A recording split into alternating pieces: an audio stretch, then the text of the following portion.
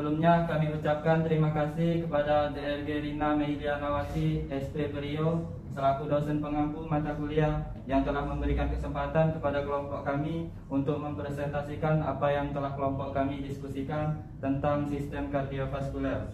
Baiklah, sebelumnya kami akan memperkenalkan anggota kelompok kami. Kami dari kelompok 4 yang beranggotakan saya sendiri.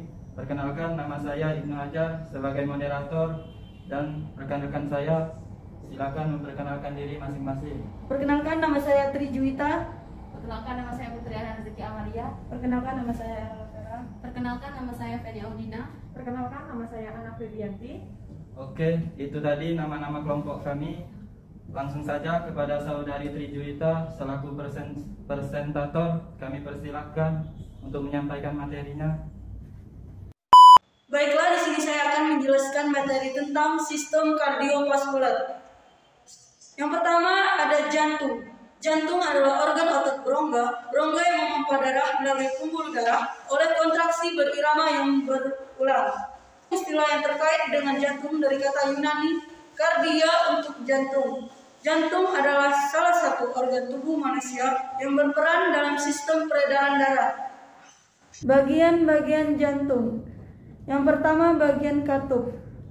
Bagian katup pulmonal, katup bikuspid, katup trikuspid, katup aorta. Yang kedua bagian lapisan. Lapisan epikardium adalah lapisan terluar dari dinding jantung dan disebut juga dengan lapisan visceral perikardium. Yang kedua miokardium, lapisan tengah otot dari dinding jantung yang berisi jaringan otot jantung. Yang ketiga endokardium adalah squamosa sederhana yang merupakan lapisan endotelium yang melapisi bagian dalam jantung. Fungsi jantung yaitu memompa darah melalui pembuluh darah, memompa darah ke paru-paru untuk mengambil oksigen, menerima darah dari seluruh tubuh, menerima darah beroksigen dari paru-paru. Yang kedua yaitu pembuluh darah. Pembuluh darah merupakan suatu bagian dari sistem sirkulasi yang mengangkut darah ke seluruh tubuh. Fungsi pembuluh darah yang pertama yaitu membawa darah dari jantung, yang kedua mengangkut darah beroksigen seluruh tubuh, yang ketiga mengangkut darah dari arteri ke kapiler.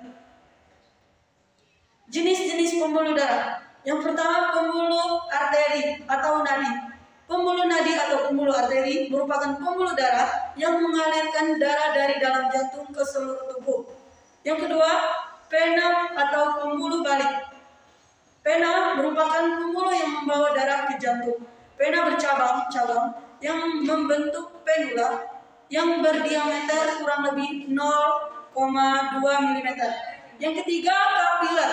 Kapiler termasuk pembuluh darah yang memiliki ukuran kecil sebagai perpanjangan arteri dan vena. Yang ketiga yaitu darah. Darah adalah cairan yang terdapat dalam tubuh yang berfungsi mengangkut zat-zat dan oksigen yang dibutuhkan oleh jaringan tubuh, mengangkut bahan-bahan kimia hasil metabolisme, dan juga sebagai pertahanan tubuh terhadap virus atau bakteri. Fungsi darah. Fungsi utamanya adalah mengangkut oksigen yang diperlukan oleh sel-sel di seluruh tubuh. Pergolongan sel darah. Terdapat 3. Yang pertama, sel darah merah atau eritrosit. Sel darah merah bekerja mengangkut hemoglobin. Eritrosit merupakan bagian utama dari darah. Yang kedua, sel darah putih atau leukosit. Sel darah putih adalah sel yang membentuk komponen darah. Sel darah putih berfungsi untuk membantu tubuh melawan berbagai penyakit infeksi sebagai bagian dari sistem kekebalan tubuh. Yang ketiga yaitu trombosit, berfungsi untuk membekukan darah ketika terjadi luka yang menyebabkan pendarahan. Trombosit dibentuk pada sumsum tulang belakang dan berbentuk bulat atau lonjong tanpa berinti. Terima kasih. Baiklah, sekian presentasi dari kelompok kami. Bila ada yang salah mohon dimaafkan. Kami akhiri. Wassalamualaikum warahmatullahi wabarakatuh.